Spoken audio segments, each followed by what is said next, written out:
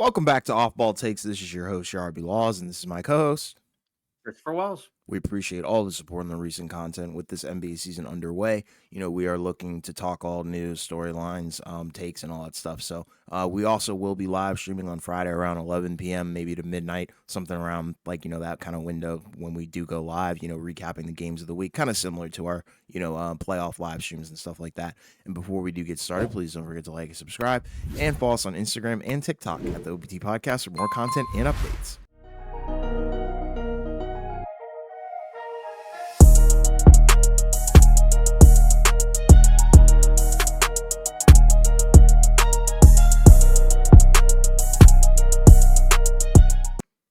Yeah, so we're gonna kick this one off. So obviously, we're pretty much done with the first week of opening season of the NBA, right? And again, it's been a really fascinating week. Obviously, if you haven't already looked, you can look at the previous episode for our thoughts on a lot of these earlier games so far during the season. But for now, what we're gonna do is we're gonna try to go through, three teams that I would say we're surprised about in a good way and three teams that we might be a little bit surprised about in a not so good way.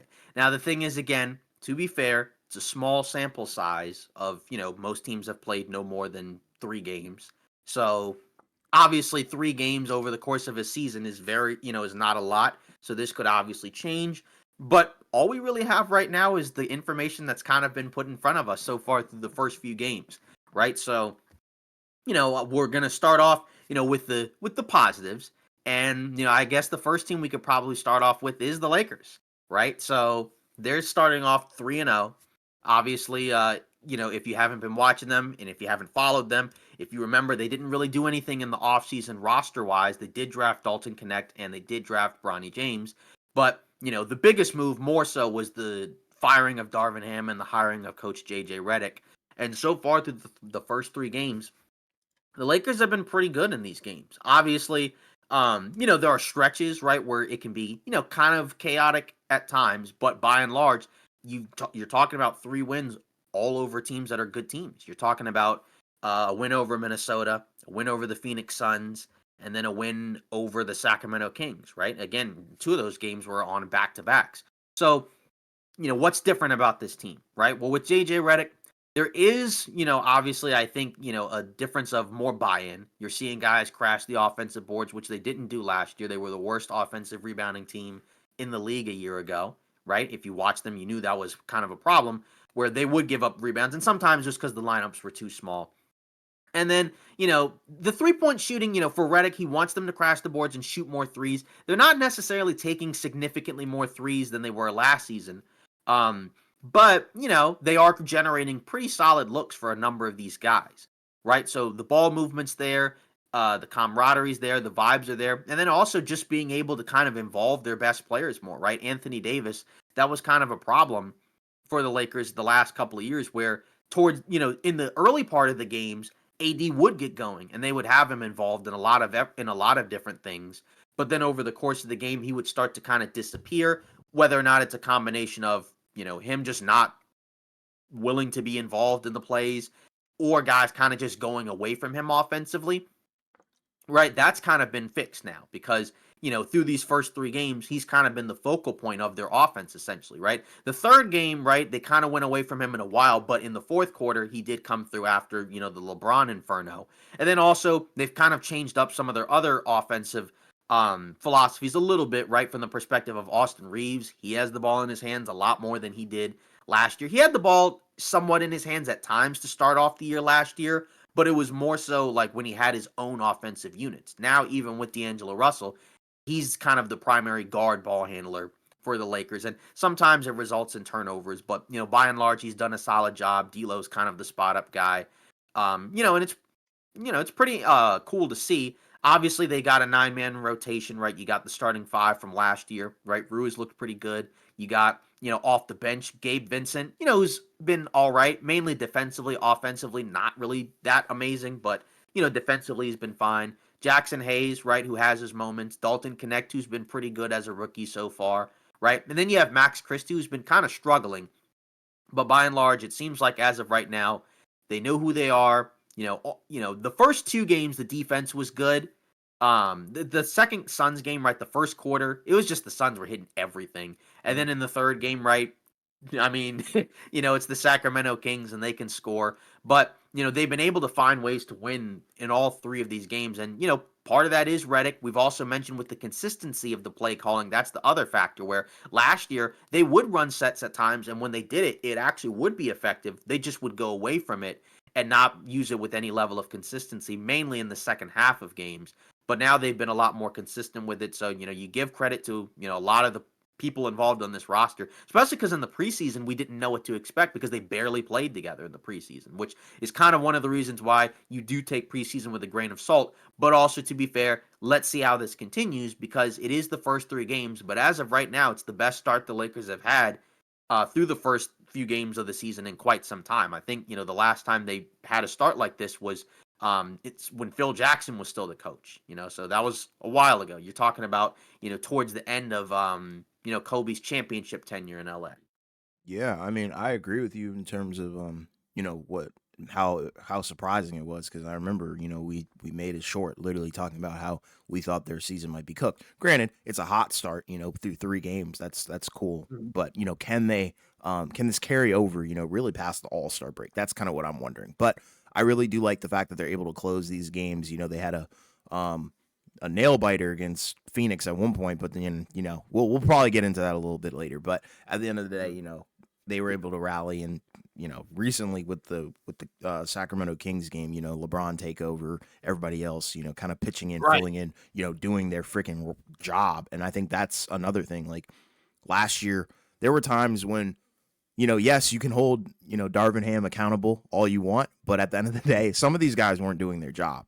And I Mhm. think that that's kind of a big deal here. Now you really do see everybody filling into their role, and I didn't think that would be possible on both ends of the floor. So once again, I think it's really the main takeaway for me is their ability to close these games because I just didn't think they would be able to kind of go. I guess the best way to put it is like go band for band with these freaking teams where it's like bucket for bucket. Can they outlast these teams? And I think they've done a very good job. So I agree with you in terms of that being surprising. Yeah, Um, I yeah, go on. no, that was pretty much it that I had, for the Lakers. Um, Hmm. as for me in terms of a team that surprised me, the funny thing is some of these are really hard to kind of to gauge because a lot of these Hmm. records they may look good, at the start, but some of these teams are playing crappy teams in my opinion. But Hmm. um, I would probably go with the Boston Celtics. Honestly, I know that that Hmm. might be kind of a weird take, but at the end of the day, I think I expected them to be 3-0, but not in this fashion. They've been kind of really blowing teams off the floor in terms of their ability to shoot threes and whatnot. So that's kind of been one thing that I think has really struck me by surprise. And I know that that might sound a little hot takey, a little crazy, considering that they kind of are picking up from where they were last year. But I kind of expected them to maybe start a little bit slower, considering that Porzingis was going to be out. But they really haven't missed a beat. Al Horford, looks like he might, stay with this potential dynasty till he's like 45 or whatever. So he's providing, quality minutes there. Jason Tatum's been on a freaking heater or revenge tour of some Hmm. sorts. I don't know what, who pissed in his cereal, but that guy is is on something tonight or not tonight, but over the course of the opening week. So that's been really Hmm. cool to see as well. And I think, a lot of the haters need to be silenced. And I think, they're doing a good job of that. So, that's kind of the number one surprise for me. And I think also, the steps that Joe Mazzulla's taken as well as a coach, just kind of improving and just adding more building blocks on top of it with just running it back and, not really doing too much in the offseason. Yeah, I mean, you kind of look at it from the perspective of, for me, I picked them to go back to back, and part of it, to me was I was not quite as concerned about some of the off the court, worries that some people had with the Olympics and things like that. And I kind of thought that like there may be a version where, these guys, like you said, kind of just go on a tear to kind of try to show everybody, to have some type of motivation for this season. Because I do think one of the hardest parts of going back to back is not just being able to stay healthy, but kind of trying to find ways to keep yourself motivated because Hmm. you've already accomplished the title last year. So you're good. You know you're already capable of it. But, sometimes there are going to be these stretches where you're like, oh gosh, we got to play this team. And, like, say, like, even the other night, right? Like, they had a huge lead against Detroit. Then they were caught playing with their food, and the Pistons came back and Right. almost, beat them. Then they ended up closing it out, and they were like, nope, not tonight. So, and like you said, a big part of that can be tied to, their two guys, because Jason Tatum, as you've mentioned, has been, basically like MVP Yeah. level good. Yeah. In terms of like, I mean, every night, he's giving you like 30, 10 and 8, basically stuff like that. Hmm. And like you mentioned, he's shooting the ball like crazy, right? Hmm. Looks like he's fixed, some of the shooting mechanics that he had at different points, right? And again, we talked about it where if Jalen Brown and Jason Tatum all of a sudden kind of come join the party, I mean, they already shoot a lot of threes, but if those guys can become like basically near 40 percenters from three, especially like if Jason Tatum can hit those pull up jumpers that he likes to take, but they don't necessarily always go in, then I mean, that's kind of another element of like it becomes a lot more difficult to stop this team. And Porzingis still isn't back yet, right? Because we know he probably won't be back until sometime at the start of next year, not next season, but say like maybe January, Yeah. or February or something like that. We don't know, but I think the expectation is that he probably won't be back earlier than anticipated. But so far, through the first three games, I mean, they're looking like, the team that they looked like last year. But like you said, you have some guys that are playing, like in the case of Tatum, even better. And Yeah. if your best player is playing even better, I mean, that's a scary sight because the team was already really good last year. Yeah, and I do want to bring up a little side tangent. I know it's not too impactful, maybe to some Hmm. people, but probably not to a lot of people. But if you have Hmm. noticed, Jason Tatum has changed his jump shot. And I Yeah. think that has a big factor as to why he's been able to make a lot of these tough shots because a lot of them are wide open. But the problem that we kind of saw was throughout the playoffs, a lot of the tough shots that he likes to take and we know that he can make were not falling. But now they seem to be falling because he's gotten rid of that, I guess, wiggle where it kind of looks like it hurts when he's shooting, like in his hips. I don't know how to Yeah. describe it. If you watch, the any games last season, you can kind of put games side by side and look at a comparison. But overall, I think his game has improved already, and I think we're seeing that. So Yeah, I agree, because again, like that's kind of the element that both of us talked about in the offseason where it's like, hey, these guys are still young, so they can still continue to improve, mm, right? And if Jason Tatum, because there are many people, right, who don't feel like he's kind of in like that A tier list of they superstars. don't think he's top five. Right, but if he joins that party, right, and he's like undisputed top 5 guy, then yeah, like that makes them even better because when your best player is better, right? Then that becomes a real problem because Sure. like you said, the shooting right now is really scary and again, it's only through 3 games, but it's still noticeable just because of the fact that it looks different, but it looks consistent. Hmm. Um, and it's been very accurate, right? Now, is he going to shoot like 50, 60, 70% from three over the course of the season? No, right? But obviously, like you said, if the Celtics continue to do what they're doing, where they not just generate a lot of looks from three, but a lot of quality looks from three, right? Then that team is just really tough to guard. And again, it doesn't really seem to be any level of selfishness. It still feels like a pretty good element of this team still plays together, still plays the right way, and still plays in a way that's, crucial to the team's success, right? Yeah. There's not really any championship hangover of guys like kind of like getting in the way of the offense because they're like, I gotta have mine, because I was one of the guys that helped deliver a title, which we sometimes see. But, we haven't seen any of that. So that's Yeah. kind of a testament to, that team's character, right? Because that is something that's very easy to fall into the trap of and so far they haven't, had to do that yet. Yeah. Another team that so far has surprised me is the Atlanta Hawks. Like, I'm gonna be honest, like, this was a team that I was not super high on. I know to be fair, they haven't played many really good teams, right? And I know that, they just got blown out today, before we got on. Yes. But, through the first few games, there's some guys on the Hawks roster that have played pretty well. Obviously, Trey Young, right? Obviously, he's been great because of the fact that, his numbers are generally, speaking, right? He's averaging what, 34 and 11 through the first 3 games. And, you look at the numbers, after, those regular stats, right? Then you got the true shooting, right? You have the, assist to turnover ratio. He is turning the ball over a lot, but he is giving you about 2 steals. The 3-point shooting is 33%, but from the field, 46%. Getting to the line a ton, Hmm. 12 attempts a game, which is nuts. And then you factor in his backcourt mate, Dyson Daniels, acquired from the DeJounte Murray trade, has been fantastic. Not only has he been, a great pairing in terms of, his defense, which we already knew about from seeing him in New Orleans, but his 3-point shooting has really come around because he was not shooting the three ball well at all through his first 2 years in the league. Basically a 31% 3-point shooter. He's been shooting, 50% from three so far on the season, which again, that'll probably drop. But if that guy can basically give you, quality 3-point shooting, like somewhere between like 36 to 38%, and he's giving you 3.5 steals, 1.5 blocks, and then, he still gives you playmaking, gives you athleticism and length. I mean, that's a pretty, nice find, by the Atlanta. I mean, we knew he was solid. It's just I'm surprised that right now he's already looked like this good. And you still have some other guys like like DeAndre Hunter's been fine. Jalen Johnson has started off a little bit slow, but either way, like you're getting contributions from a number of players on the roster, and that Dyson Daniels thing for DeJounte Murray. I mean, because that was kind of the headliner of the deal, right? Was I mean, it was like what was it like Larry Nance Jr., Dyson Daniels, and I guess like that Lakers pick or whatever. Yeah. But I mean, I don't think Nance hasn't really No. played.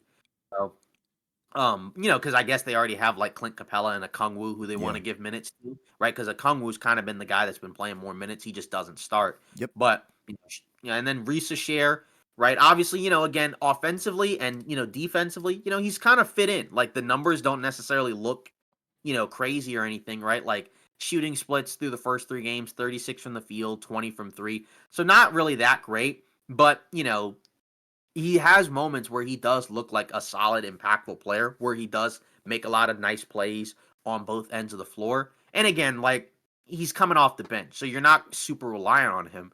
But just the fact that so far through the first 3 games, the Hawks, again, look like a solid team. Again, will they make the playoffs? Will they keep this up? I don't know. And that's kind of one of the issues in terms of talking about these teams' track records through with such a limited sample size. But, so far, so good from the Hawks, because this was a team that I was not super high on going into the season, but so far, right, they've been, I think better than expected. We just have to see if they can keep this up. I don't know if they can, but so far through the first 3 games, they get a thumbs up from me.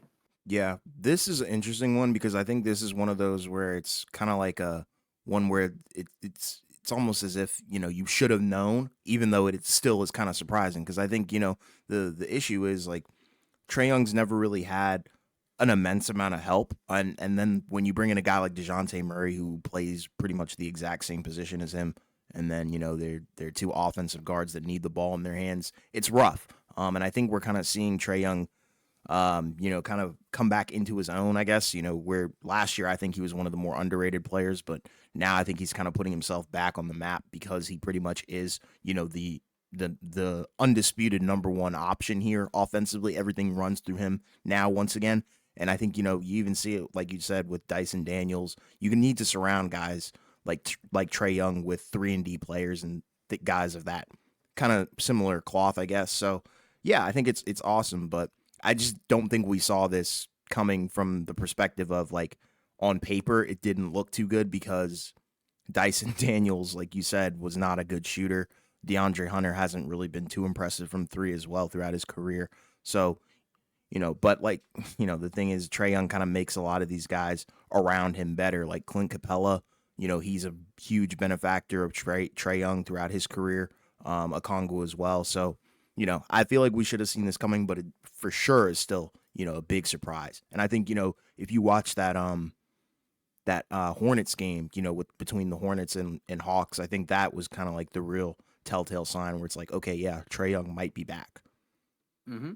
Yeah, Yeah, exactly, and that's the cool part of about the Hawks so far. Because like you said, that's a good point in terms of like it's very clear. Like now, it's Trey Young's team in the sense of like it's no more your turn, my turn. With another like high level offensive player. Now it's like put the ball in Trey Young's hands and surround him with some of these two-way guys, and then you kind of go from there. You're kind of going back to the formula that did work for a little bit in Atlanta. It's just a matter of again, can they keep it up? yeah. This next team might be a little bit of an overreaction, but I'm going to go Mm, with the New Orleans Pelicans. I think they've been quite surprising from a couple mhm. of perspectives. I didn't think that this bungle jungle mess like just would work. Like I don't know this concoction of players where it feels like a half baked roster. I didn't think it would actually get them any wins early in the season, and they're already 2-1. So that's a positive. I know they did just lose to Portland, 125 to 103. But granted, that will happen when your stars play like complete crap like they did in that game. But if you look at the game in Chicago and you look at the other game in Portland from Friday, yeah, Brandon Ingram has been one of the huge, um, aspects as to why they've kind of got off to a decent start. I think, a lot of people wrote him off because of the trade stuff. People called him undesirable, all this stuff. But his numbers haven't looked, too god awful. And I think, he's kind of been shouldering the load a little bit. Jordan Hawkins also pitching in. That's another guy where it's like, okay, could he potentially, have a spot in this rotation that's already filled up with a lot of guards and stuff like that, considering DeJounte Murray is expected to be out for a little bit. Zion Williamson sealing the deal with a freaking block, Brandon Ingram game winner. I think, that those kind of plays signify that there might be something down the line with this duo, and you might not want to jump ship on Brandon Ingram and Zion Williamson. So that's kind of like a big surprise for me. And again, like you said, that's kind of a team where you're kind of going in expecting, them to kind of really struggle. Obviously, we know, like early on, like Portland is, not really that great of a team. But either way, you still got to win these games. And, from the perspective of New Orleans, like at the very least, DeJounte Murray's out, but your two stars are back, and they're healthy. And like you said, Ingram playing the way that he's played is a boost. And again, they need it, right? Because they have some of these other guys out right now, right? Like DeJounte Murray is out and Trey Murphy is out. So that means that Ingram has to be really, really good in order for them to have a chance, right? Because he's, your own, because with Murphy out, you don't really have any other offensive oriented wings. And then obviously Jordan Hawkins coming in, and taking DeJounte Murray's minutes, I guess, or, taking some of them because he doesn't start, but he'll play Mm-hmm. a lot. Mm-hmm. That's like you said, pretty nice because that was a guy last year that when he did get minutes, he looked solid, right? Because of the fact that he can, really space the floor and shoot the ball. And now, you see him getting on the glass and things like that. So, again, this team is deep. They do have a lot of options. It's just a matter of, again, um, you know, once they start playing these other teams, what does that look like? What does Mm-hmm. it look like once they start playing teams with, and not that Portland is a small team, because I mean, you do have, I guess DeAndre Ayton and Klingon, but like when you play against these better teams that still have size, like when you play Philly, when you play, LA or Denver, or whomever, right? Like, what are you gonna do? Just from the perspective of, because again, there's a lot to look at here. Just but either way, it's nice to see Ingram playing well because of the fact that we didn't, not that you expected his game to fall off. You just never know when you have a guy, who's in trade rumors, what you're gonna get. Because you could have a guy, who is a good soldier and does play well, but obviously you can kind of tell like he's just not super happy or thrilled with the situation, but Yeah. he's not letting it get in the way. But then Yeah. we've had other situations in the past where you'll have guys kind of like just clearly just throwing games or not even caring. We've talked about it before, and it's very clear like you do not want this guy to be around your team. Sure.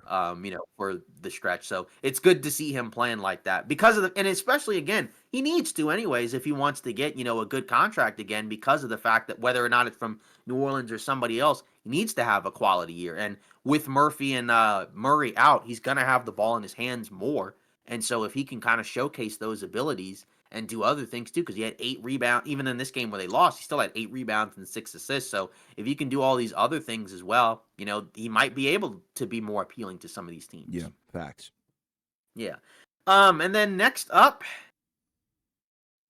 the second LA team. Mm. I'm gonna be honest. Through the first 3 games. Well, I mean, they played two. They're in a third game right now. We'll Mm-hmm. see what it looks like. But I'm kind of, I'm kind of impressed that what the Clippers have been able to do. Obviously, in that first game, they did lose to the Phoenix Suns, but it was basically a coin flip game where I mean, like, they had a decent lead in the fourth quarter, and it looked like they might have been able to pull it off, and then Durant saves the day for the Phoenix Suns. But initially, it wasn't looking too great for the Suns, and then they go into Denver. and then they blow out Denver. Right now they're playing the Warriors and they're up right now. We'll see what happens, as the game goes on. But you look at what they're able to do on both ends of the floor, and it's pretty solid. And we talked about, like, when we were evaluating their offseason, we did give them a bad grade because of the fact that they lost Paul George. But, we did also mention that they did grab a number of other guys that are solid players. Mhm. It's just, I still really didn't expect them to really be able to compete against a lot of these teams, even though they did have Harden and other players, because it just felt like you compare them to the rest of the league, it just felt like it was, some of the other teams in the West, it just seemed like it wasn't enough. But they've really been able to, defensively kind of shut these teams down at different points. And then offensively, it's kind of the old school give the ball to Harden, let him do his thing. They've started Norman Powell. So, he's kind of been his backcourt offensive partner, and he, had a monster game against the Nuggets with 37 points, earlier in the weekend. But, they've, again, it's only a couple of games, and we'll see what if they win this game or not. But, again, they've been so far definitely more competitive than I would have expected. And again, that first game could have gone either way. Like, these games that they're in are all like close competitive games, but they've shown a lot of, I think, guts and heart and determination. And that's kind of all you can really ask for, at least as of right now, with Kawhi being out for the foreseeable future. Now, again, if we fast forward a week or two later, what does the record look like? We don't really know for sure. But, I kind of was I think both of us kind of expected this team to kind of fall off, because it's a little bit different from, say, like the Lakers, where we didn't think they would, we didn't think that they would completely fall off, but we didn't expect them to be great. We expected them to probably be, not much different than last year, but they did not start the season off 3-0 last year. But in the case of the Clippers, we thought they were going to just be bad. And which could still happen, but so far they've looked like a solid team, through the first few games of the season. And, that can be attributed, like I said, to the fact that they still have a lot of depth even without Kawhi. And a lot of those pieces, like Zubac, has played fantastic, through the first few games of the season, where he just got his new contract, and he's a featured part of the offense, right? And then obviously defensively and on the boards, he's been great. Harden's had a good connection with him. Harden's played well through the first few games. Norman Powell's played well. You've gotten a lot of good performances from a lot of players, and so far I'm impressed. I'm curious to see, like I said, if they can keep it up, because offensively it does kind of have a ceiling. But, either way, I'm pleased with the way that they've played so far, and I'm, curious to see how Clippers fans feel about this team, because, again, like Kawhi, if he's not healthy, they're cooked anyways. But, you do kind of wonder, like, how, if Kawhi was healthy, what would they look like? I still don't think they'd be good enough to be a contender. But at the very least, like, you don't feel quite as bad as you would have before. But, we'll see. But I will say they have impressed me through the first few games, because, like, I kind of thought they were just done as soon as the Kawhi news came out. Yeah, I look at it from the perspective of like, this team. I thought that for like a collection of pretty solid role players, I think they've exceeded expectations through 2 games, and I don't think it's going to be sustainable. I'm just gonna Right. keep it real, but through Yeah, I'm not two, sure either. through the games that they've played, yeah, they haven't looked as bad as I thought they would at all. James Harden, looks the part. Like you said, Zubac, and then the other guys pitching in as well and being solid, scorers and third options, which is kind of crazy to even think of in 2024. We're talking about like Norman Powell being a third option. Yeah. So yeah, I mean, it is an intriguing situation that they have going on. I don't think it's sustainable, but I think it for sure has taken a lot of people by surprise. Probably even Clippers fans, Yeah. to keep it real. Hmm. Yeah, this is gonna be funny. Hmm. I kind of had multiple teams for this, but I'm kind of narrowing it down, really. I'm probably going to go with Minnesota. I think Hmm. some aspects of their game have looked surprising to me. I think after Hmm. the first, the opening night debacle, I thought that was rough. I thought we were in trouble. Hmm. But then, I really liked what they did in the Sacramento game. Julius Randle, Anthony Edwards, kind of finding that little connection that I think we knew could potentially be there. We just didn't know how it would look and what it would look like. But for them to, make some Timberwolves history and stuff like that is pretty cool.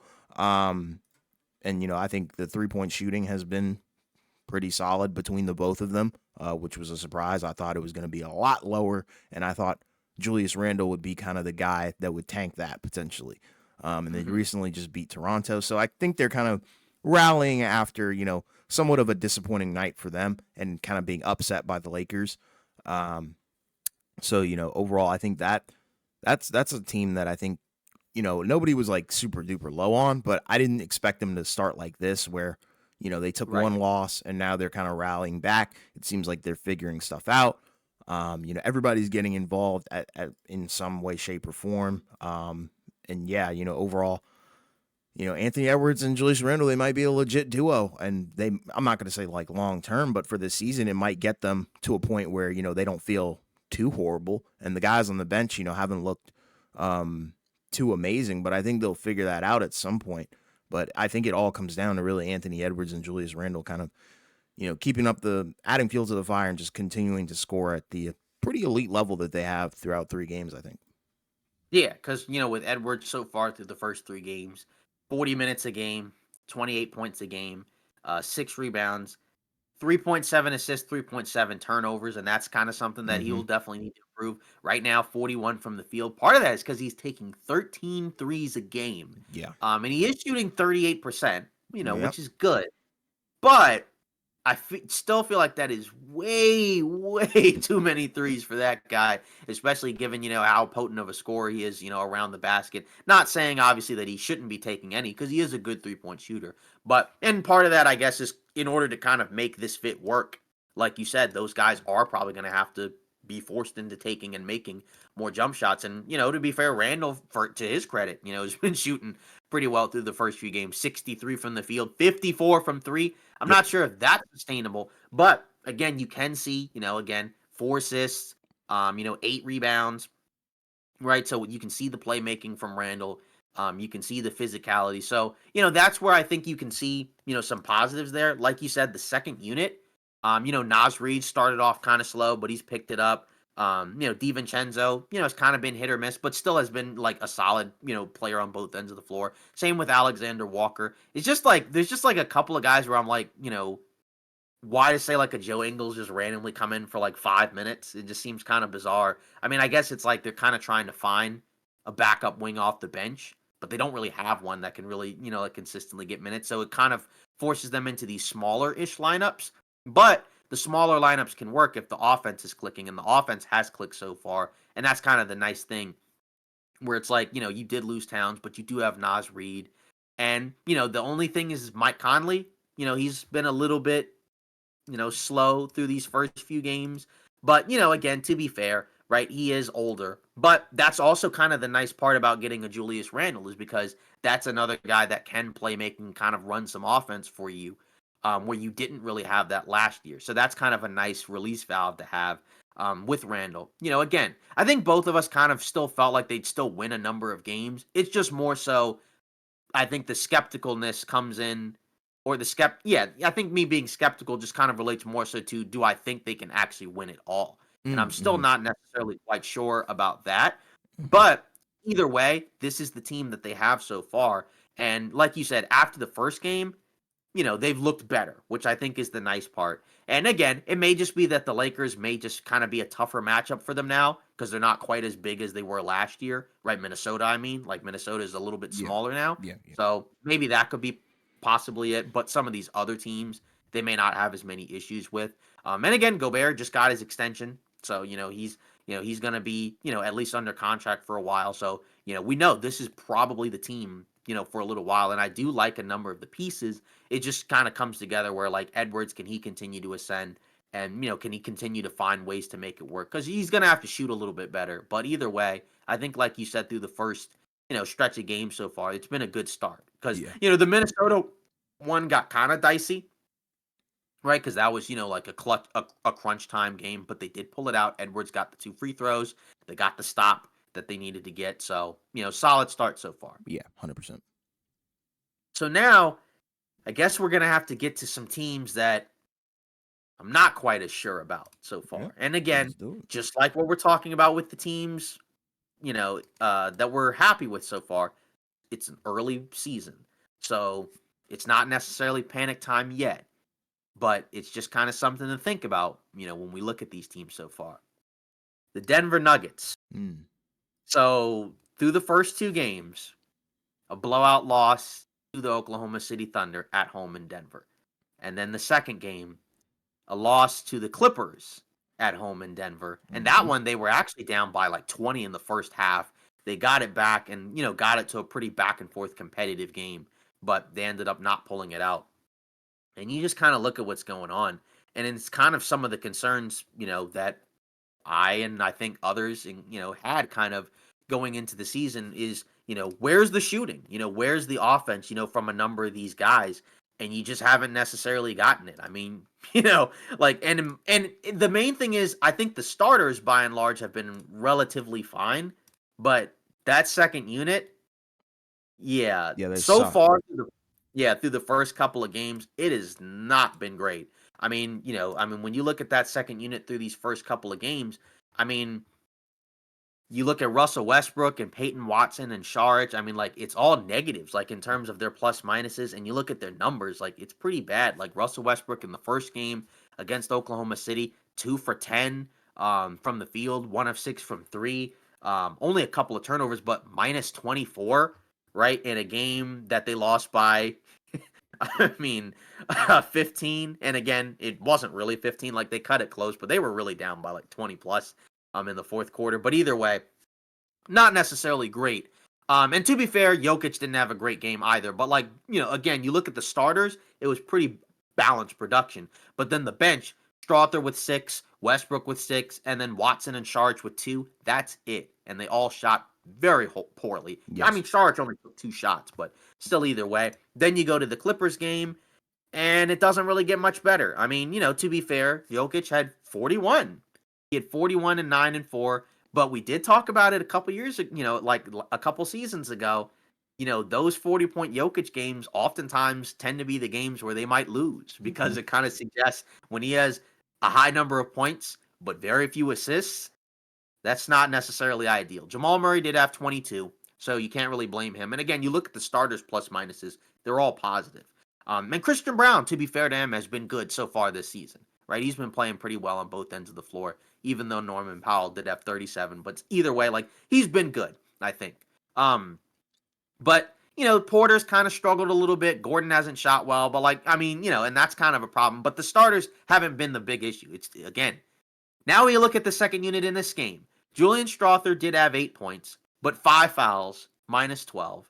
So not really so far like a really impressive first couple of games for him.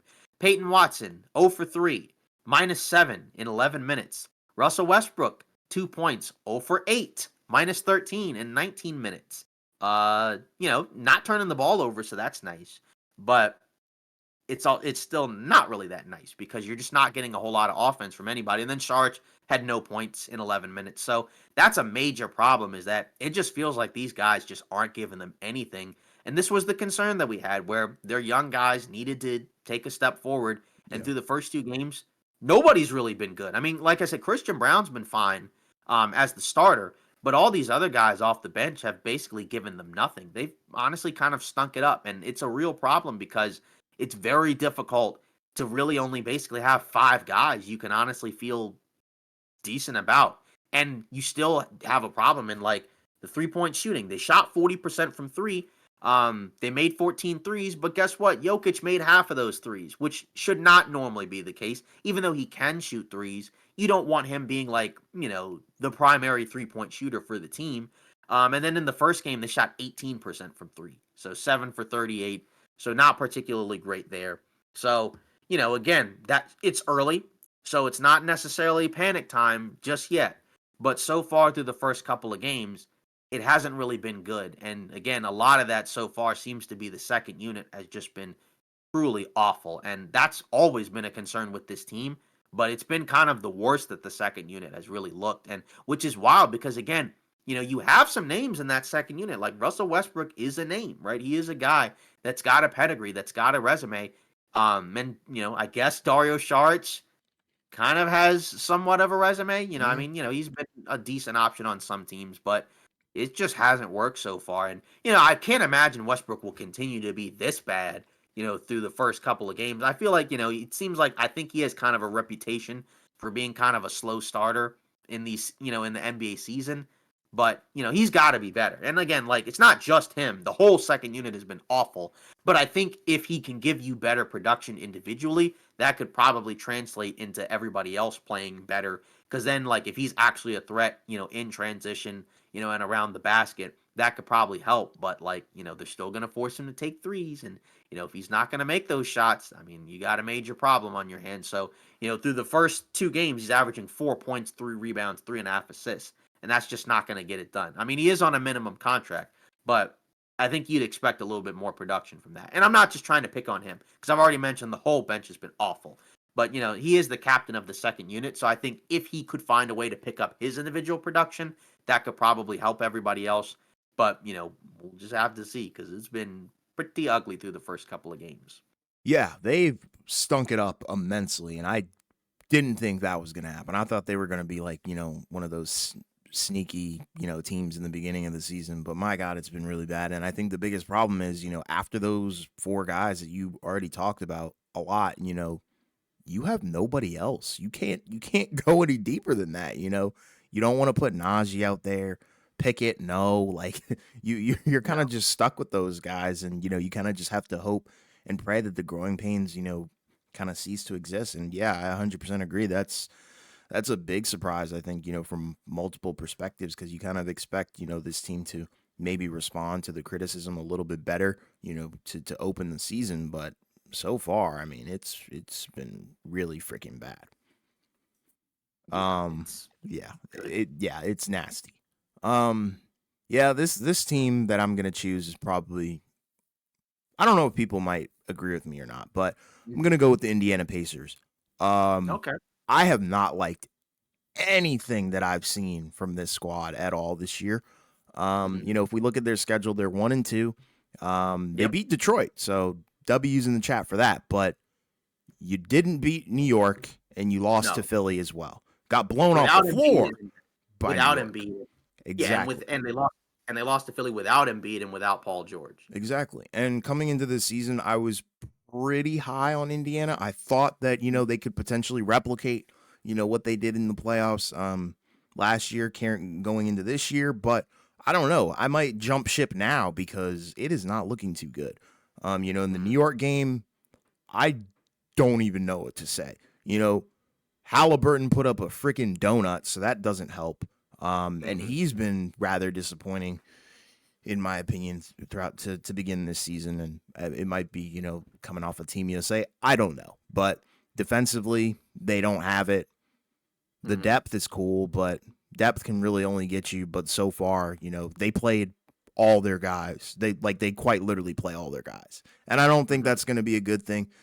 I think you need to have some sort of consistency, figure out a good 10-man, 9-man rotation and call it and just cut it off there because, you kind of see where, some guys just don't gel together, some guys just don't fit together. But, the New York one was like, okay, maybe you might have just got blown off the floor, whatever. That might be, kind of like a one Yeah. and done. Right, Yeah. for sure. But then the freaking Philadelphia game, once again, no defense. Tyrese Maxey puts up a 45 ball on you. What can you really do? Once again, you pretty much play all your guys except for the rookies.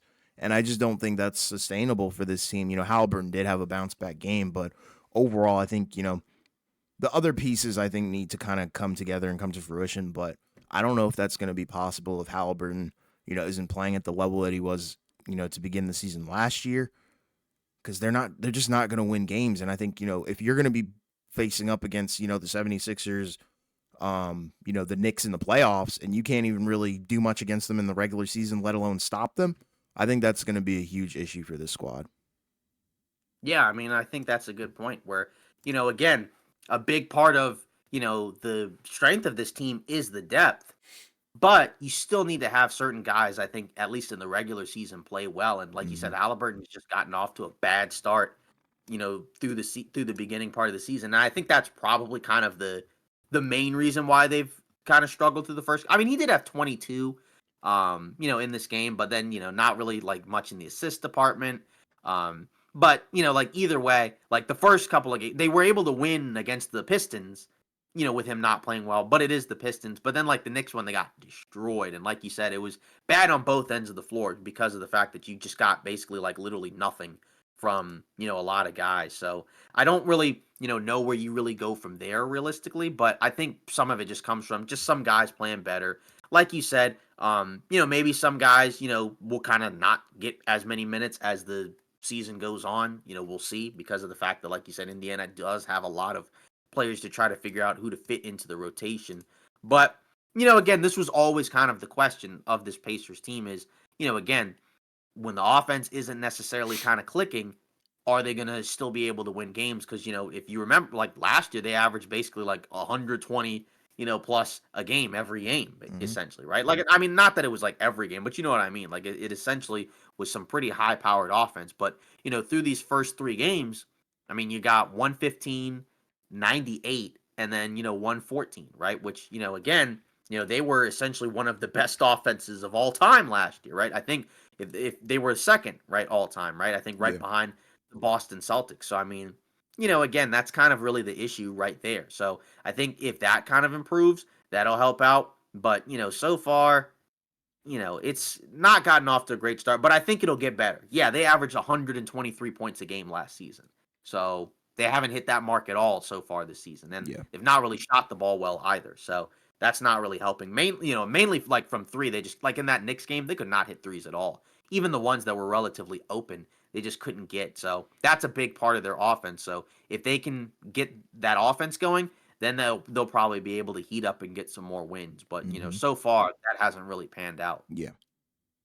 So now we go into our next team that I'm a little not too pleased about so far. The Bucks I'm kind of concerned about through the first three games. I mean, again, it's early. They don't have Chris Middleton, to be fair, right? Because he hasn't played through the first few games, so you do have to add that context. But then you look at who they've played, and that still probably shouldn't realistically matter necessarily, right? Because the first game, which they did win, in a blowout, basically, they won over the Philadelphia 76ers, right? Without Joel Embiid and without Paul George. But then in these next couple of games, a double digit loss to the Bulls in which they gave up 133 points. And then before we got on to record, they lost to the Brooklyn Nets, right? And only managed to score 102 and gave up 115 again to the Brooklyn Nets. And I'm not in like the Brooklyn Nets, like they do have, to be fair to the Nets, they do have some players, right, that are better than what you would expect Mm-hmm. given, the type of team that it is. Mm-hmm. But then you look at the box score and you're looking at it, and it's like the top three scorers in that game and that the Bucks lost to: Cam Thomas, Dennis Schroeder, and Noah Clowney, slash Cam Johnson. Right, so that's not a trio of guys that you should probably lose to, essentially. Like even like a Ben Simmons who played. I mean, had what? Like I mean, he had 6 assists, 6 rebounds, 2 points. I mean, he doesn't even really look to score anymore at this point. But just the guards, right? That's still a major problem it seems like for the Bucks where it just doesn't matter like who they have out there. Like these guys are just kind of getting baked on the perimeter. And Lillard and has been good through these first few games, but it just has it's just still been a problem defensively. Like even in the Bulls game, I mean like you had Kobe White, and all these other guards, right? Like Josh Giddey, I think Levine also went off too. Yeah, like Levine had 25, Kobe White had 35, Josh Giddey had 17. So, that, and we knew that like that's still a major problem. Even though they did add DeLon Wright and Gary Trent Jr., it still isn't enough because I just still think that the core of this group just I don't really think that this team is capable of being that great of a defensive team even with the changes that they've made. Of course, it is still only 3 games without Chris Middleton, so he could come back and, patch some of this up. I don't think he patches up the defense, but, he could make their offense better and then maybe just by association the defense could be better cuz they can be more set. But, to be fair, both of us were kind of out on the Bucks anyways. Not that we said that they could never win the title, but I think we were both not quite as high on their odds, in terms of how much they realistically improve. Because I think we just kind of felt like you did add some good players in free agency, like Torian Prince and DeLon Wright. and Gary Trent Jr., those are good pickups, especially on a minimum contract. But you still have a problem where your core of guys just, I think, probably ideally just, like Lillard and Giannis is a good combo. But then you have like Brook Lopez, at this point, who's, can still kind of play, but, like he's still not quite the same guy. And then, your backcourt doesn't really defend that great. Even with the addition of Gary Trent Jr., right? And he's given them, through the first few games, 10 points, a 1 rebound and an assist. I mean, 38% from three, 36% from the field. It's okay, right? But, I feel like without Chris Middleton, that's a little bit of a disappointment so far. So, I just think ultimately so far through the first 3 games, it just hasn't looked that great. Of course, like I've already said, it's 3 games.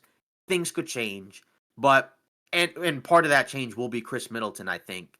But I still don't really know what to make of it because I feel like it should still be better because again, it's not like they've had like a crazy difficult schedule. Like I mean, it's the Sixers, the Bulls and the Nets, but it was the Sixers without 2 of their 3 best players, including their best player, and then the Bulls and the Nets, who just I don't really project to be that great of teams. And the way that they're losing is kind of just similar to what it was before, where it's like any guy that can score either on the perimeter or the wing is very likely to go off and have a really good night. Like again, the backcourt of Dennis Schroeder and Cam Thomas basically gave you like 50 points, combined 50 points. I mean, like that's not something that should normally happen, if I'm going to be honest. I mean, like 32 plus 20, actually that's 61, right? That's 61 points combined from those 2 guys. Like, and in different ways too. Like Dennis Schroeder 8 of 15 from the field, 5 of 8 from 3. And then Cam Thomas, 10 of 21 from the field, 2 of 8 from 3. But, like, it's just kind of ridiculous. I mean, like, Nick Claxton, he's coming back, I think, from an injury, so he's not even really starting. They got Ben Simmons and Dorian Finney-Smith, I guess, as your 4 and 5, for whatever reason. But, and, like, I'm not trying to pick on the Bucks too much, but I've not been very impressed through the first 3 games. Like, the first game, they did win. You did add the caveat of no Embiid or Paul George, but they should have won both of these games. There's no reason they should have come out of these first 3 games and not be 3-0, Yeah. or at the very least 2-1. Yeah, and it's funny. I'm not gonna say like I saw this coming, but I'm not surprised by it. If that kind of makes sense. Like I was Mhm. low on them to the point where, yeah, it doesn't surprise me that they're gonna drop games like this because they did it last year and they didn't really do too much in the offseason to improve. I have no problems with Giannis. I have no problems with Lillard. It's really the other Mhm. guys, the age, the health. There are, Middleton's already missing time.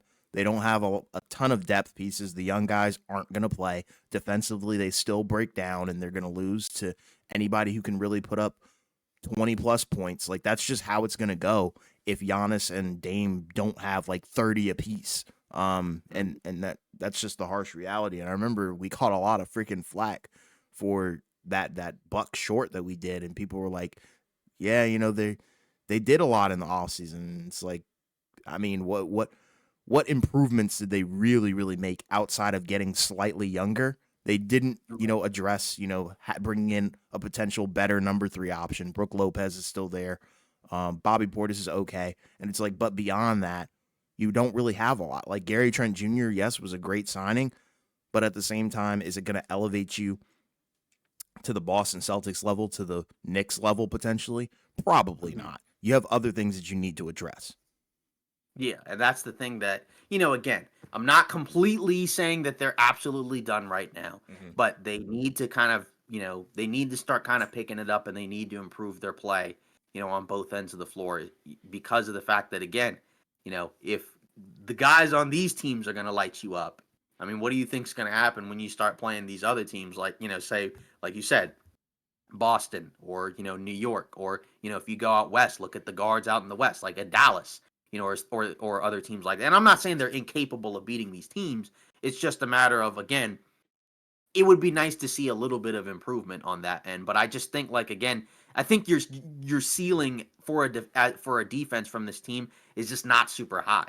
So your offense has to be really good, and I think that will improve when Middleton comes back. I'm just not entirely sold that like their issues are all going to be solved and everything's cool, even if he does come back. And when does he come back? And if he does come back, will he be healthy? Will he be able to kind of sustain the way he's been able to play? I don't know because I mean the guy's kind of been banged up the last couple of years and has had a number of surgeries on different parts of his body. So hopefully he can come back and be healthy. But they got to pick it up because you can't go through the first 20 games and basically kind of go back and forth between being 500 because you can. We've seen teams kind of rally and finish the season strong, but it still ultimately doesn't really be able to win you a title. You kind of have to, for the most part, be pretty consistent over the course of the year in Yeah. order to win the title.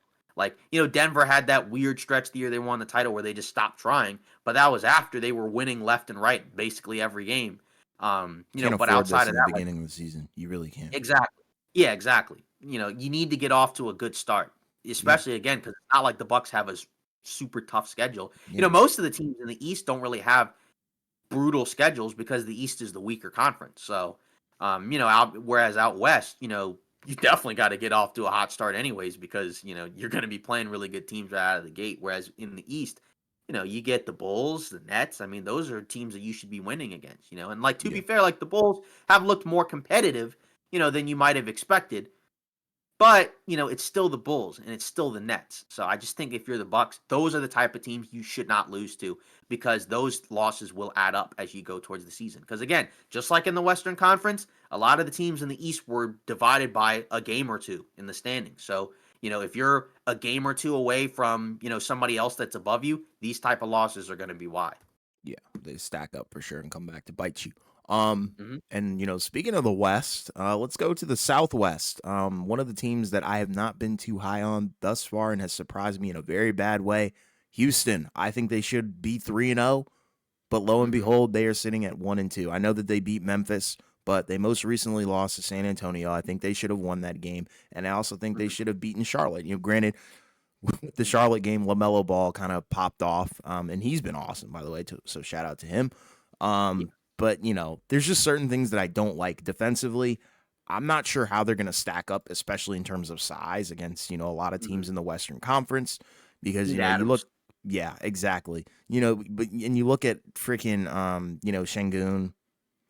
I, they might be, making me eat my words in terms of like who's better and whatnot. Because I think Hmm. Jalen Green so far, I've liked what I've seen from him a little bit more on the offensive end.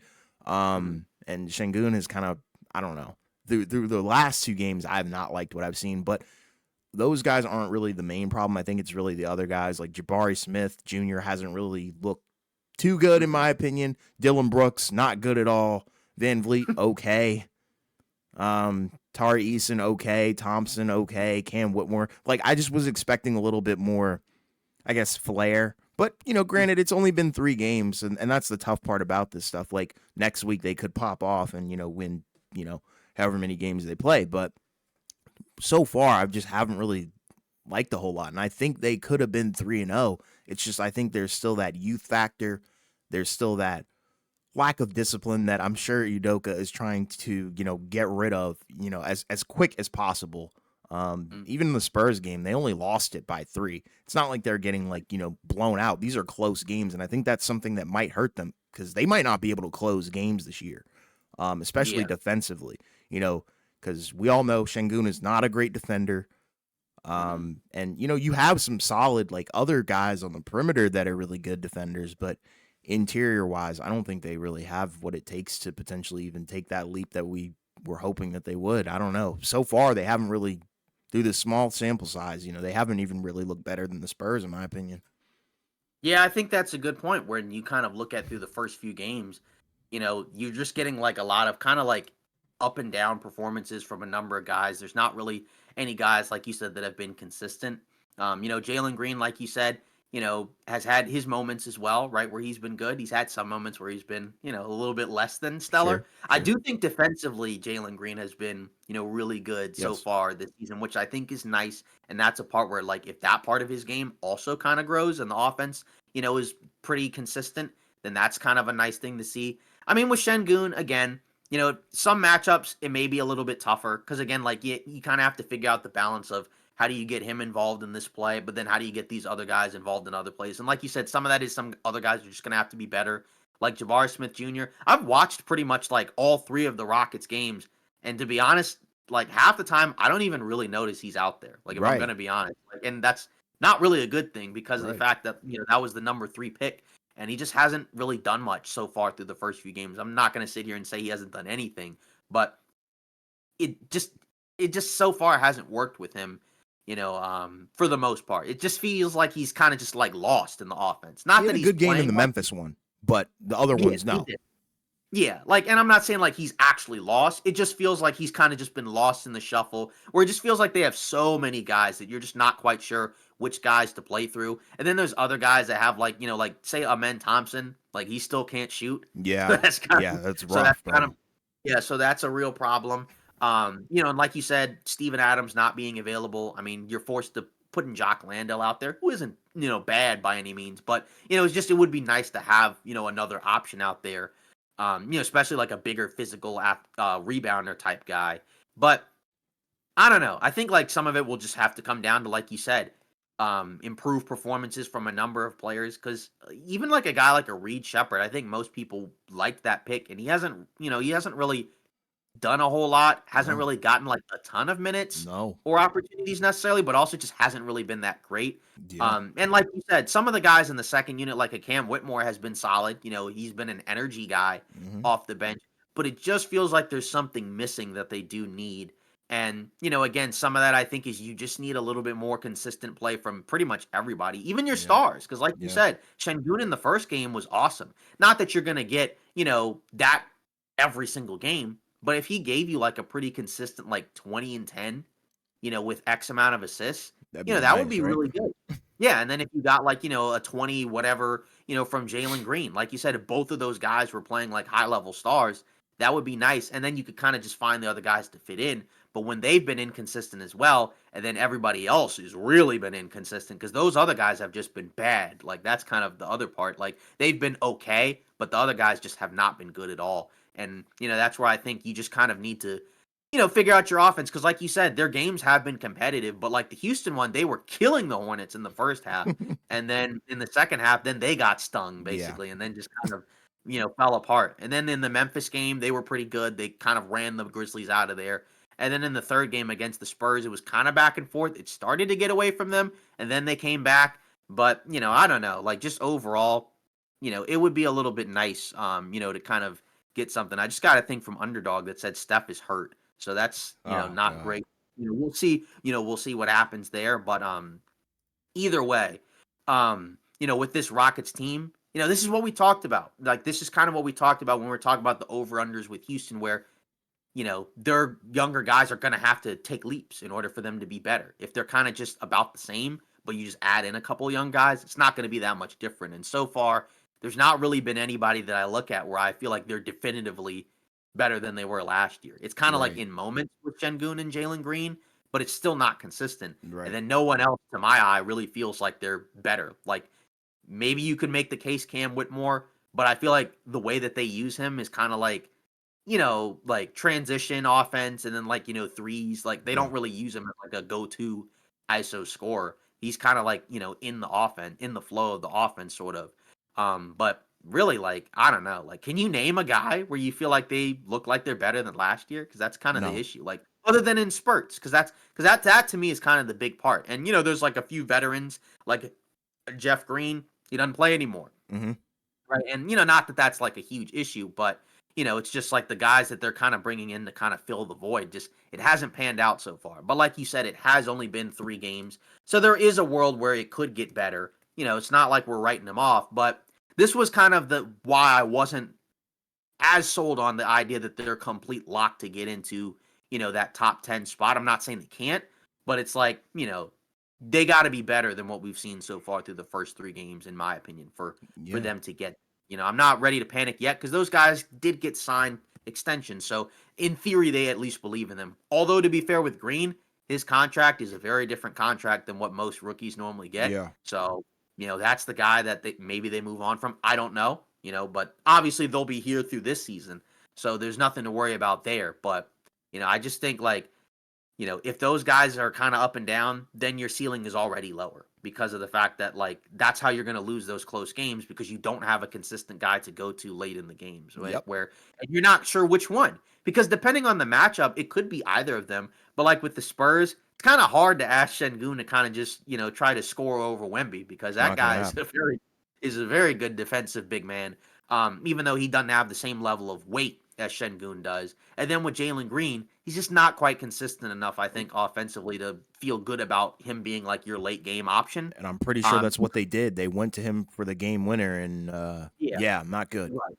Yeah, and I liked some of what they did in the first game against the Hornets, where it felt there were some possessions where like Şengün and Jalen Green dribble handoffs, like where you have those both of those guys play together. Yeah, that's Because fine. as long as they're on the same team together, they're gonna have to figure out how to get those two guys to fit together. Yeah, Because in theory, if that stuff kind of works, then you could have something there. You could have like a poor man's version of like Jokic and Jamal Murray, but for real. you know. Right now, we're just kind of a poor man's version of a poor man's Yeah, version of that. yeah, So, like, yeah. you're not Facts. quite there yet, but I mean, again, I'm not going to be too hard on those two guys because everybody, by and large, I think has been kind of disappointing so far for the Rockets. Hmm. But again, it is early. Yeah. Yeah. So are we? So I've done two teams, right? So I got to do one more. Yep. We're on our Okay. I final don't know. teams. Oh gosh. Um. So far, through the first few games, it's our old friends in the Pacific Division, that we just can't quit, always talking about. And I think you know who we're talking about, buddy, the Sacramento Kings. Again, only two games, very small sample size. So I'm not gonna sit here and say that they look like garbage, because they don't look like garbage. But when you look at these two games, a 2-point loss to the Wolves, a 4-point loss to the Lakers. Although, to be fair, that one was kind of a fakeish comeback because of the fact that, like, you had DeRozan and Sabonis, hitting late game threes. Not that they can't shoot threes at all, but that game looked like it was kind of over. Although, to be fair, initially it looked like they might pull it out. But, you know, they've shown they can score.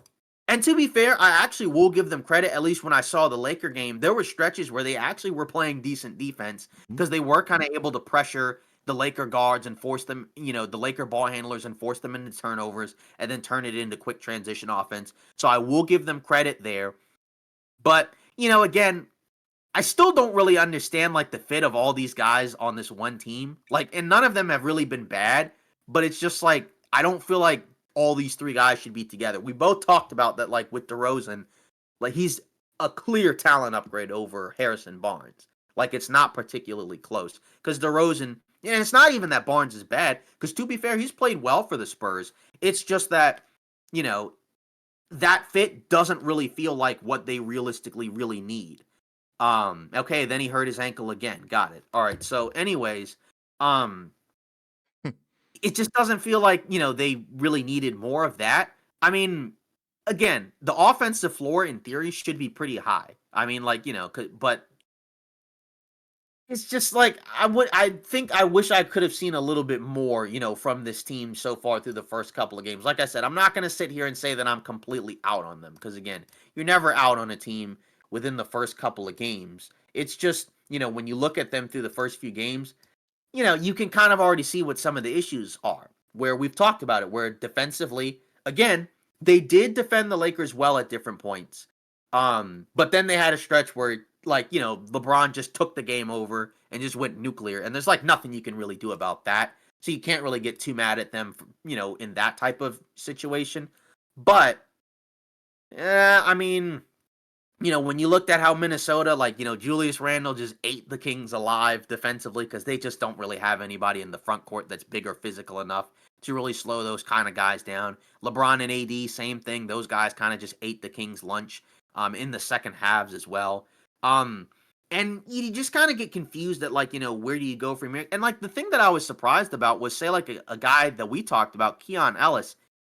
He played a little bit in the first game. He played 11 minutes, but in this other game, he did not play at all. Like he played like 0 minutes in the Laker game, which was kind of surprising because of the fact that, I was kind of hoping to see a little bit more from him. Again, when you look at the guard rotation, they're starting Fox, they're starting Herter alongside of Fox. And then Malik Monk is the backup guard. And then after that, it's really like, like no one else. I mean, like, yeah, you do have Trey Lyles, he's fine. Alex Len, he's okay. But I don't know. Like to me, again, as we've talked about, if they don't give you like 120 plus points a game, they're probably not going to be able to win just because of the fact that like they are an offensive oriented team. And again, like the guys have been fine. Like Sabonis has played well. Fox has played okay, right? Like he was good in the second game, kind of, but in the first game he was not that great, but still.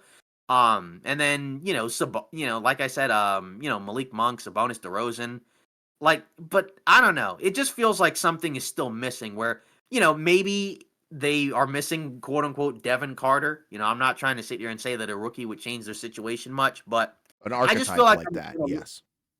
what? An archetype like that, yeah. Yeah, like it just feels like they're just missing like another guy, mainly on the defensive end. And I don't know. Like again, all these guys are solid players, and it's only been 2 games, so they could easily just pop off the next week and be completely fine. But so far through the first few games, I've been a little bit disappointed because, like in that Laker game, like there was a stretch where like they were scoring in bunches because initially they were down, then they came back, then they went down again, then they came back, then they went down again, then they came back, and it was like kind of like a consistent ebb and flow.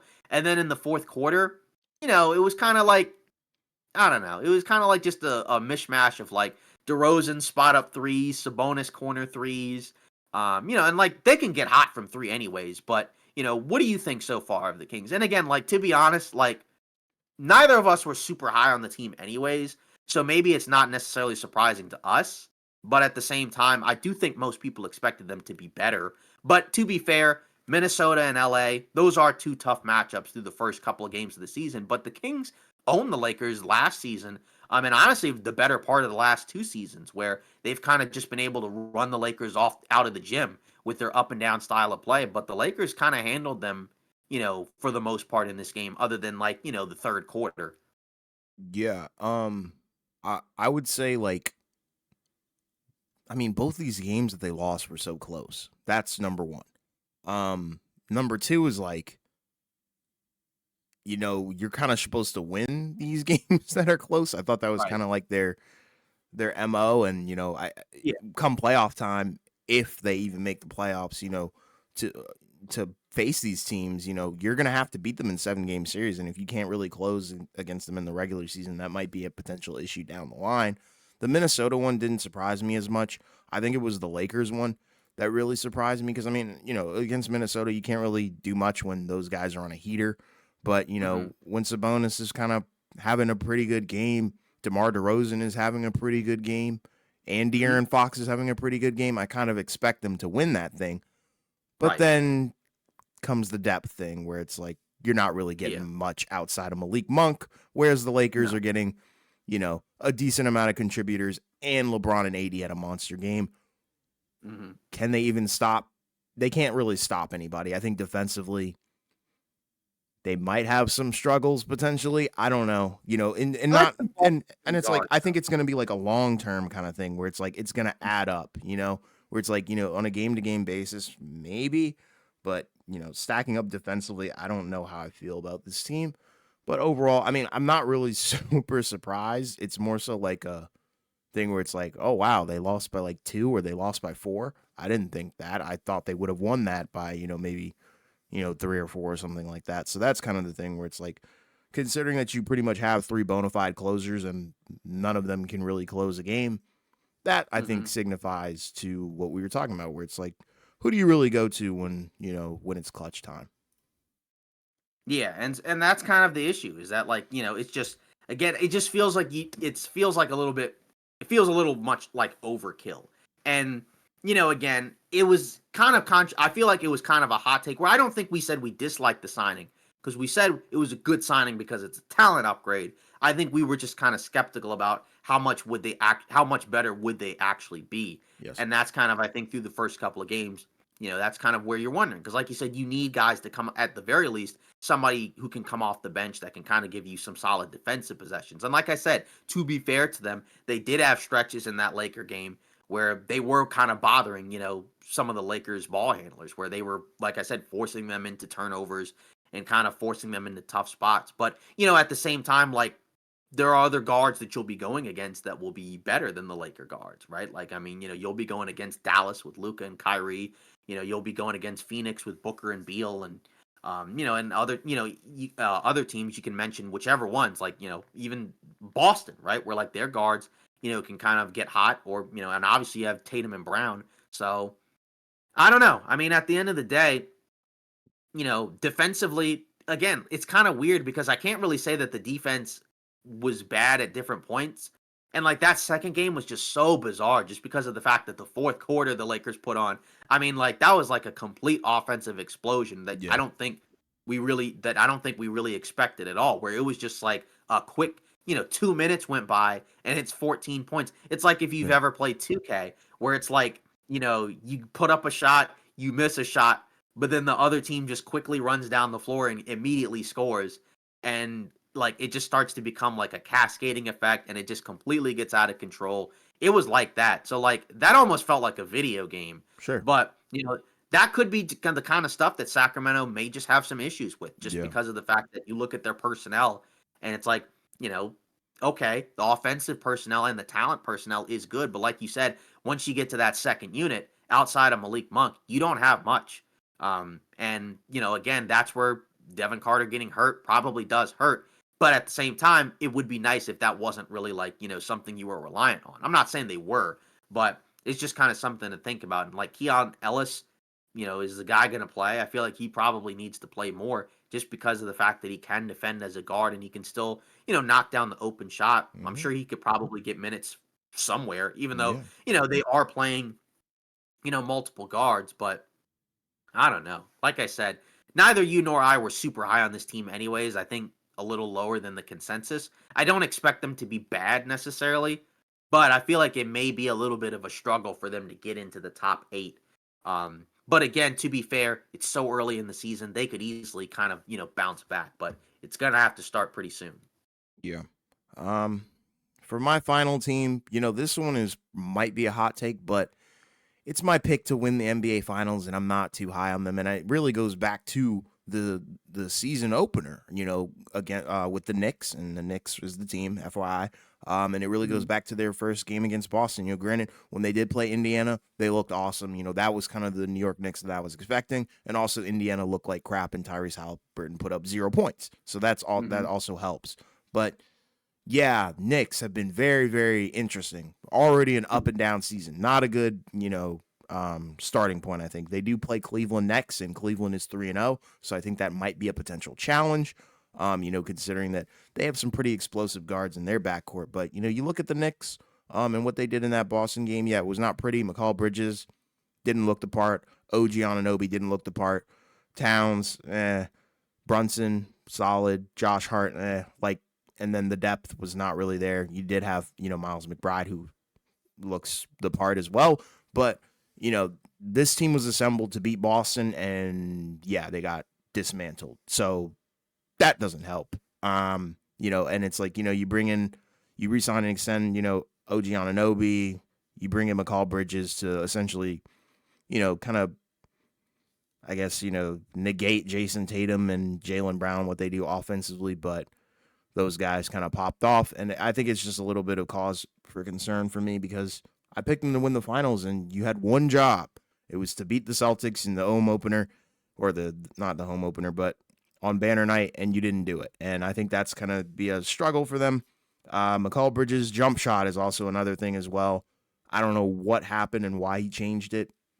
Doesn't look Mhm. as smooth. And I know he had a weird looking funky jump shot to begin with, but it looks even worse now. It looks completely broken. It looks like it looks a lot slower actually. It looks a lot less natural. So that's kind of something to be concerned with, I think, because I think if he can't knock down open threes, then I think that limits the New York Knicks' ability, to be explosive on offense significantly because this was supposed to be the 5 out set, featuring Jalen Brunson and him running the show.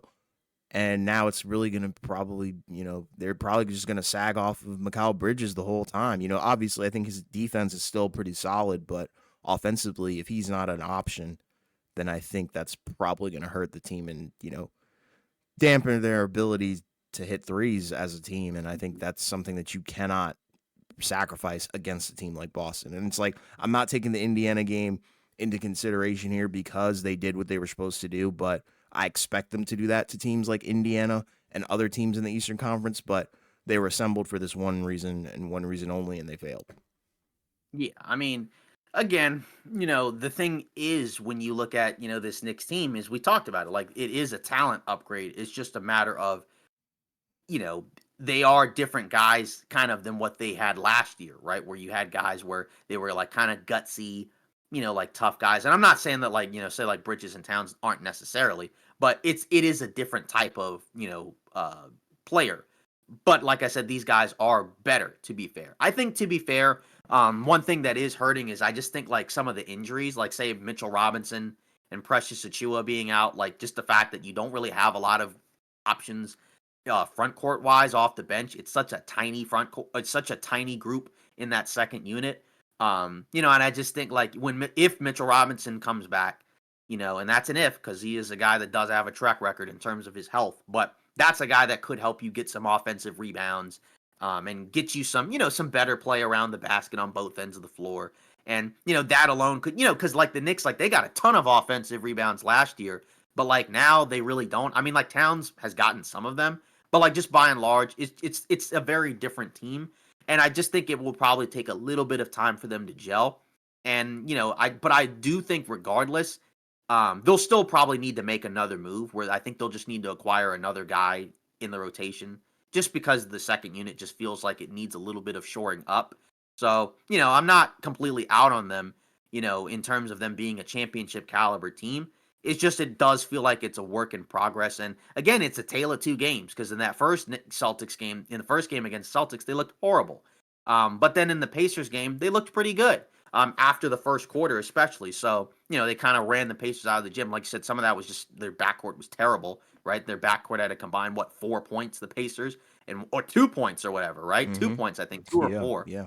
I don't know, something horrible. But you know, um, I think Bridges, like, he started off bad against the Celtics and then he got into a rhythm. And then in the Pacers game, he was good. So it may have could have just been like first game jitters as well, right? Where it's like new environment, big environment, and he may have needed some time. Towns looked better in the second game. But it is a different team. Like, I just don't necessarily know if they're going to be quite as good defensively, even with those, wings that they've got. But like I said, I don't think all hope is lost. I think you just need some guys that have to come back from injury, and I do think they'll need another move out there. But I think for Bridges, like he's gonna have to be good anyways, because I think like he's really in the starting five, the only real other like real viable option as a creator. Mm-hmm. Because like Towns can score, but you don't really want him like quote unquote creating. You'd rather him kind of be outside of like maybe occasionally in the post, you Yeah, kind of want him finishing off the plays that he, off other guys, like popping or rolling or, crashing or whatever. The Ananobi can sometimes do it, but, not really to the degree that you would normally expect. You know, like he can kind of like, dribble out of a ball fake and pull up, sure. or drive to the basket, but like he's not really like a creator. Brunson obviously can create with the best of them, but I think Bridges is going to probably have to be the secondary guy. And so that's probably just going to have to take a little bit of time, to get used to it. Because in Brooklyn, he was basically the primary guy, and then Cam Thomas comes along. But either way, that's where I just think like these guys are just going to have to get used to playing together, build some chemistry, and figure out their roles. Because I know like Josh Hart kind of mentioned, he said like I have no idea what my role is. I think he said going into the season. But I think once these guys figure it out, they'll be better. Because it's only 2 games. So I think that it's not panic time for them yet. But like I said, I still think they need some additional size. And, they're not going to have it for a while because guys are hurt and those guys won't be coming back for a minute. But Yeah, I still think they can be a formidable team. It's just there's some things that they're going to have to figure out. And I think it will take a little bit of time. It's not something that I expect like in 2 games. sure. I think that's fair. Yeah. So, um, you know, yeah, let us know, your thoughts on our team so far that you're kind of either disappointed or surprised or disappointed in through the first 3 games. Just as an honorable mention, Oklahoma City undefeated so far in the season. Yeah. Pretty much every game has been, like a blowout essentially, right? They haven't really had Any games where they've kind of just been, dog walked or anything, they've been pretty dominant in all these games, even without Hartenstein and the backup big Jalen Williams, right? Like SGA's been awesome. And everybody's honestly played well. Chet's been fantastic. Everybody's kind of playing their roles. It's kind of looking like what we were kind of thinking so far with OKC. Again, a couple of the games were against mediocre teams, but they destroyed the Nuggets on opening night, and I look at that, especially in Denver. That's a statement win, which we didn't even talk about that with the Nuggets. We kind of we kind of glossed over it that those two bad losses that they had were at home. I know we kind of said that, but just from the OKC perspective, they've been really good. I think, it's a little bit different because I think we expected them to be good anyways, but I did want to at least put them out as an honorable mention because I don't want to forget about them because they have been great so far through the first few games and they've looked the part so far. Yeah, I agree. Even without Yeah, that would be one of mine. I guess another one, just to throw it out there and give them their props for being 3-0 would be Cleveland. Granted, they have played arguably some of the three worst teams in the league. that. So you have to take that with a grain of salt. But you look at it from like the perspective of say like a Milwaukee, where it's like those losses will add up. So to get those, early wins in like that against teams that probably aren't too competitive is a solid thing to do. And nobody's really had like a stinker kind of game.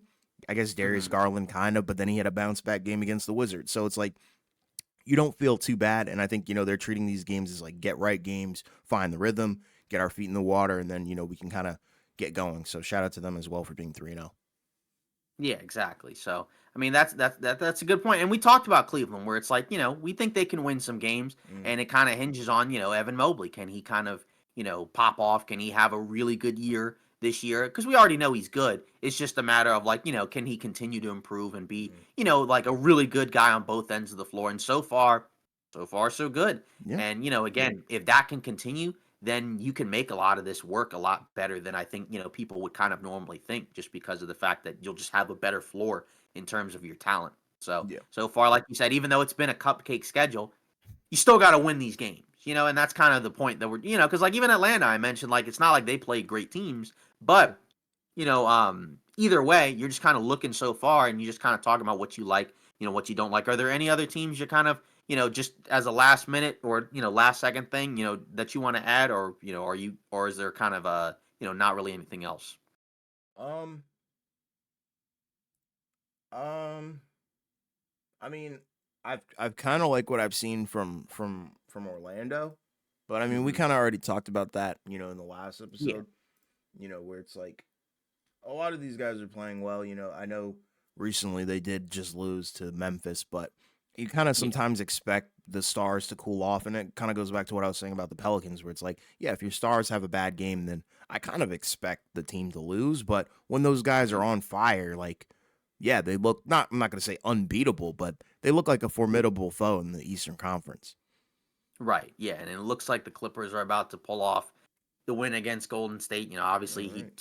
He did get hurt, in Mm-hmm. that game. So we'll at some point maybe we'll get an update on that and see if Mm-hmm. it's not too serious because Yeah. again if it's a scenario where it's a bad injury, right, then that's not good obviously because we already talked about it where this team, I know Steve Kerr mentioned they have 12 guys, but we haven't really seen too many teams that have 12 guys that generally speaking are super good. Yep. And it all hinges on Steph, and if he gets hurt and has to miss time, then they're kind of done. Yeah, their But season will be you know over. yeah, so hopefully he's healthy. And this is kind of just like a semi small thing. We'll see. But yeah. So in terms of news around the NBA, obviously we just mentioned the Steph thing, and that was again going on as we were talking. So it's kind of hard to kind of just have like a instant reaction to that, just because you just don't really expect it. Um, yeah. But in terms of some of these rumors going around the NBA. According to Mark Stein, Rockets interested in Jimmy Butler. Houston increasingly mentioned as team to watch if Heat trade Butler. I don't really feel like I personally like that for the Heat. I just personally think like you should go in theory after like a younger-ish star. I don't really like the idea of going after like an older, star, especially because again, like what do like what are we gonna see with Jimmy Butler, right? Because like in the first game, it was absolutely atrocious. That was probably one of the worst games he's had like since he's been, like a star. right? Because like you're not gonna count the games that he had when he was a young player and he was more like a role player. He had a major bounce back game in the second game against the Hornets, right, where he had 26 and 8. But I don't know. I don't really think they're gonna do anything right now, anyways. Like I mean, I think it kind of just like if it gets really bad and then it's very clear that he just wants out, maybe. But as of right now, I feel like they're just kind of just focused on the present. So we already know that the Heat have not given him an extension, and I just feel like it's just a very risky thing to trade for a guy that you know is in the last year of his contract, or I guess he'll have a player option, but we just don't really know. So I mean, it depends on the package, but I mean, I personally wouldn't really like the idea of going after Butler for Houston. Like he has shown he can be he's a go-to guy. Especially at the end of games. I'm just concerned about the age, the mileage, and I just feel like if I'm the Rockets, I would personally prefer to go after somebody a little bit younger. It doesn't have to be a guy that's in his 20s, but I just think it can't be a guy that's like mid late 30s, right? He's like what, 35 or whatever. Yeah. I mean, to me, that So, doesn't sound like a long term solution, and I wouldn't do it if I was either party. I mean, maybe if you're Miami, like, yeah, it's like, okay, maybe I would, I would do it if I'm Miami. Yeah, I mean, yeah, like Yeah. that's what I'm saying. Like for Miami, it's like, okay, let's kind of kickstart the rebuild, in terms of or retool, I guess would be like kind of Mhm. like the better term because I think Bam has kind of proven that he's supposed to take over the reins once the Jimmy Butler era is over, and I think he'll be there to stay. It's just can you find a complementary piece because I think we all know Tyler Hero probably is not that second option that they would want or even a first option at all. So maybe like a pairing of one of the two stars like Jalen Green or something like that. I don't know, but from Houston's perspective, I wouldn't do that at all. Like no, No. like that is not a long term solution. I think Houston needs to be starting to kind of play the long game. I think you've got the here and now a little bit. Even though the vets so far through the 3 games that they played haven't looked amazing. Like I haven't really loved what I've seen from Dylan Brooks. I haven't really loved what I've seen from Van Vliet. Even I don't even think we mentioned him when talking about Houston. So that's kind of concerning. And I wouldn't want to add a guy in that kind of age block. I just wouldn't want to add Jimmy Butler there. No. Yeah, because I No. think you want to chase after somebody a little bit younger, Yeah. and they have a lot of young assets, so I think they could possibly go after somebody, Yeah. that's in, that really, upper class of stars. I'm Yeah. not sure who they would go after, but I would kind of stay away from that one Yeah. personally. Me too. But that's just me. If I'm Miami, like I said, I'm doing that hundred Oh percent. yeah, yeah, yeah. If you can finesse the deal, then why not? But Yeah, Houston, I don't know why they would even engage in that. yeah. According to Jovan Buha, right? Lakers insider of the Athletic, the Our Los old Angeles friend. Lakers. Yeah, may not make a trade anytime soon, but there is at least one player they have some level of interest in as the season is underway. Jovan Buha of The Athletic reported that the Lakers have some interest in Utah Jazz center Walker Kessler, and that he could be a name to watch as the campaign rolls along.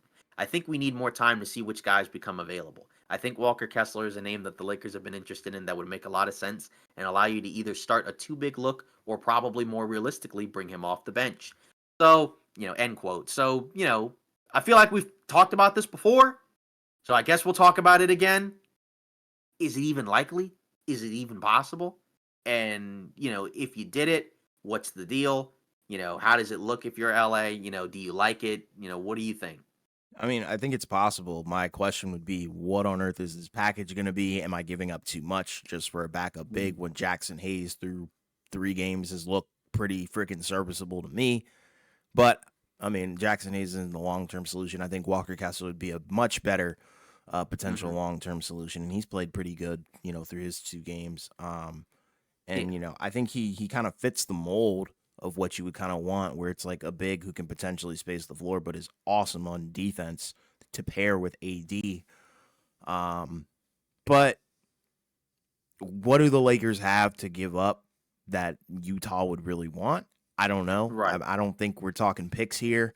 I don't know what kind of younger assets they would kind of want. I don't know what that really looks like. And if I'm the Lakers, I would do it 100%. But if I'm Utah, it all depends on what package, we're talking about here. would think a pick would have to be involved, Okay. like, I think LA would have to send one. It's just a matter of, like you said, he doesn't make a lot of money, so Mm-hmm. it's not like you necessarily have to send a lot back in terms of money. Mm-hmm. It's just like you said, the problem is, or the question would be, what realistically would the Utah Jazz be okay with the Lakers sending back, right? Like, because I don't think it wouldn't be like a Walker Kessler for Jackson Hayes swap. I don't No, no, think, no, no, like no, I no. don't. I wasn't Yeah. insinuating that either. No, I know you weren't saying that. Yeah. I was just saying, like, in terms of like what the Jazz would want back for Kessler. Because again, like he's good enough that like I mean, like you're not getting back like prime returns for Walker Kessler. It's just a matter of like if you are the Jazz, like is it a pick centric package, and then it's like you can have a first and you can have like some of our minimum contracts, or, is it a scenario where it's like you got to send back, somebody a little bit better? Like, like do you have to send back like a Max Christie? Do you have to send back like a JHS? I mean, although, he's whatever, but you know what I mean? Yeah, I don't Like like is it, if those two, like if you were to offer those to me and I'm Utah, I'm not taking that. yeah, like I'm not saying those two players together, but I'm just saying like if it's one pick, then like does that mean you could get away with sending back like a player that you don't really care about? Or does it have to be like a pick plus a decent player? Like, I want a I don't decent know. player in return Right, and that's if the I'm thing where it's Utah. like And I think yeah, and Utah's that's the going to thing have where that perspective too. exactly, and that's the thing where it's like we don't necessarily know. So that's where, we're just gonna have to see where this goes. But like if you look at Kessler's contract, I mean he makes like basically $3 million. So that's essentially like a minimum contract. But, again, I feel like that would kind of be bad if Utah was like, all right, Christian Wood for Walker Kessler in a first. Like I don't know if they would do that, but like that. But then the problem is if it's more than one first, I don't think the Lakers do that because I don't Yeah. think they do multiple firsts for that guy. I think they may consider one, but I don't even know if they would. Like like it seems like Palinka just doesn't really want to do anything in terms of picks unless it's a deal that he Smart. believes like makes sense. And again, it is That's kind of a smart. fine line. Yeah, and it's like it is a kind of a fine line to walk where it's like you know if you try to only try to win the trade every time, like, and you don't really take any risks, then you might miss out on some deals that are there. But then taking a risk is kind of how they got into this mess in the first place. So that's where, I don't really know what they do, but I think we know what they need. It's just a matter of do they actually do it? It's kind of nice for them that they are winning as of right now. And if you can continue to kind of add on to some of these wins, then I guess maybe it's like, oh, well, now you've convinced us to do something, even though that shouldn't really need to be the case. But again, this seems like this is what's been happening for a while. Yeah. Um, let's see. Lakers plan for Bronny James to jump between main roster. So basically, as we said, back to the G League, which we already knew. Don't really have to spend much time on that. Next, Mm-hmm. two teams Yeah, eyeing sure. Kaminga. NBA insider Jake Fisher has the scoop on who could pursue the Warriors power forward. He mentioned the 76ers and he mentioned the Brooklyn Nets. Interesting. I like Um Brooklyn. I think that's a fine destination for him because he can go there, he can do whatever he wants. Yep. He can average 20 if he wants, Yep. and they'll win probably like 20 games or Yep. something like that. But if you're the Warriors, there are some players that we talked about on the Nets that you could potentially be okay with getting back. I don't think they would necessarily trade Kaminga for those guys. I'm just saying that like some of these teams do have players that I think if you're kind of trying to get some nice fits that you could probably pull off something there. I just don't think they would actually do it. Like I don't think they would trade Kaminga for like Dorian Finney-Smith or, Cam No. Johnson No. or like Ben Simmons or something. Like No. I'm not No. saying they yeah, like I don't think they would do that. Mm-mm. But, you do wonder like would they trade for like Nick Claxton like to get a center, that is Mm. better than the guys they have. He makes a ton of money. So I Yeah. don't know if they would do that, but you do kind of wonder. Philly, I'm not quite sure how that would even really work. I mean, I No. guess right now he doesn't make a lot of money. So it could just be like if there's a deal down the line, but what would it be for? Like if it's like what are you getting back from Philly for Kaminga? Like I don't really know how that would work. So Yeah. that was something that I was a little bit confused by personally, but I don't know. Like what do you think of that? I mean, if the Nets can pull the trigger on that, do it ASAP. I would love that. That would be really cool. It gives him a destination to ball out for that max contract he's looking for. And Brooklyn is not a good team. So There's that. And Philly, like you said, I don't know how that's going to work. I don't know who you're going to give up to get that, and how you're even going to figure out a way to retain that the following year if he wants that max deal and gets it from somewhere else. So that's kind of my Yes. 2 cents on And that. like and just to be fair, like here's the quote. Like the league is always planning 18 months out. And so the first domino I want to put up on the board and have people aware of, Sixers have KJ Martin, this KJ Martin $8 million deal, but KJ Martin is making far more money than he probably would have, what his market value would be for the ability for Philly to potentially trade him. And Kaminga's 7.6 million slots right in there. I'm not reporting that the Sixers are definitively trying to turn KJ Martin's contract into Kaminga, but if you're looking at options, if you're someone who's advising Kaminga, or if you're Kaminga himself and trying to think about who could potentially be a suitor for you to reward you with that max money, the Sixers have definitely indicated around the league and behind the scenes they're willing to pay to add in another piece.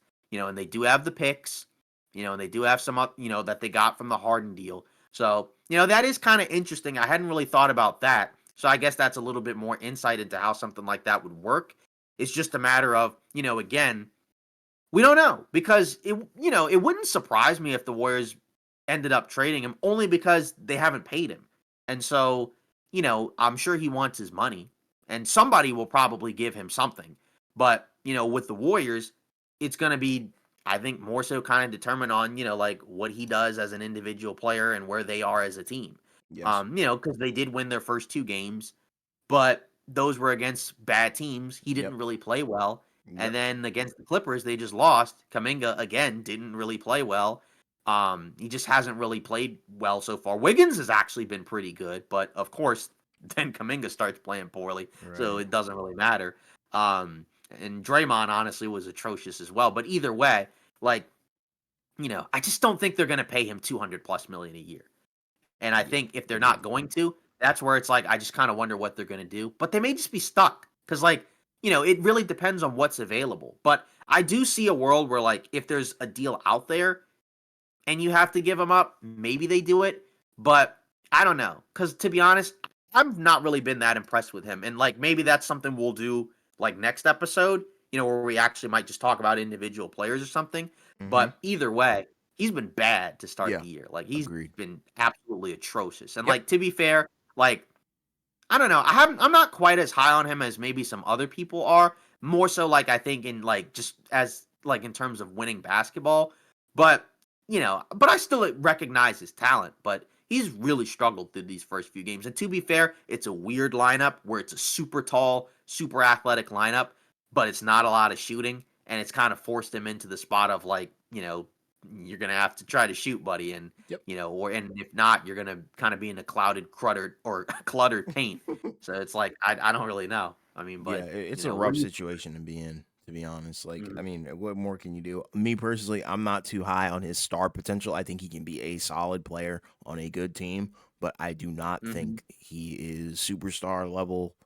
I don't think he's even star Right. level. I think he's just a solid guy who can go on good stretches and stuff like that, especially when guys are out. But I don't know how I feel about it. Yeah. And then last but not least, four teams eyeing PJ Tucker trade. Sixers and Heat among teams veteran forward could be traded to. Obviously, if you haven't been paying attention, he's away from the Clippers, right? They're indefinitely because they're trying to trade him. They also mentioned the Milwaukee Bucks and the Phoenix Suns. Any of those teams, I think he could be fine for. It's just a matter of can he still actually play? And I don't know. I mean, he wasn't really good for the Clippers last year. I mean, to be fair, he hasn't really played in a minute, so it could be like an Al Horford situation where, he was on the Thunder and then they sat him early in the year and didn't really play, and then he comes back and he can still play. But, he's also much older than Al Horford, right? He's already 39. And again, he was not very good last year. But, he is a veteran guy. He's a tough guy. So, worst case scenario, he could be a locker room dude. But I just don't really know. Like, cause I just don't really feel like he's really good anymore. But Agreed. maybe I'm wrong, and maybe like depending on where he is, he might make a difference. But I'm not really so sure. Yeah, because I mean, his two roles would be what, defending and hitting corner threes, pretty much Yeah. the same thing as his entire career. Right. Solid, I guess. I guess it would work in theory. In Phoenix, I would like that a lot, but at the same time, like you said, does he still have the magic? And I don't think so. I think he's done in terms of that. Like you said, maybe he can be like a locker room guy, but I don't think he should really be getting a ton of minutes on a contender. To be honest, Yeah. Of those 4 teams, which one in theory do you like the most for him? Like, let's Phoenix. say whatever the best version you think Phoenix? Yeah, I think that would be awesome. He has some chemistry with Right. some of the guys there already. He's pretty Mhm. buddy buddy with KD, so I think that works. Yeah. I think so too, because Yeah, again, that's a 4 or 5 guy, that you could have out there, right. to kind of guard physical matchups and he can still space the floor in Phoenix. They're He trying could to add mentor more. Ryan Dunn. Yeah, exactly. And he can space the floor as a 3-point shooter, right? Budenholzer wants them to shoot more threes. Yeah, So, I they think, won the chip I think together, right? I think no, he won it for the Bucks. Yeah, but Bud was the coach there, Oh, right? then yeah, Yeah, yeah. yeah, Yeah, exactly. yeah, So, I think that could be good. But again, it's just a matter of what's the package because it's not like he makes a minimum contract. He makes like 8-ish million, which isn't a lot, but yeah, you'd have to kind of compile something together.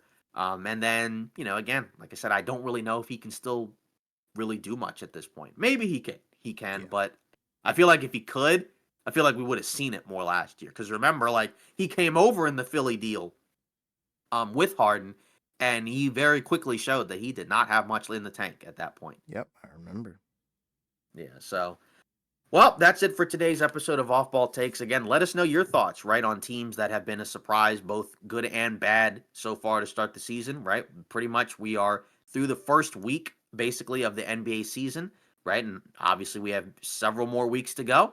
But so far, it's been a pretty cool season. A lot of really good stories, a lot of really good teams that have kind of come up so far. But let us know your thoughts. And as we mentioned in the beginning, we will try to do a live stream next Friday, right? So be prepared for that. And come hang out with us so we can talk some NBA basketball and kind of get to see a lot of the people that we've kind of been accustomed to chatting with over the last year and some change. So we'll be excited to seeing that. So continue to like, comment, and subscribe. If you leave a comment, we'll read it at the beginning of the video. So subscribe and support the channel. We'll see you either next live stream or next video.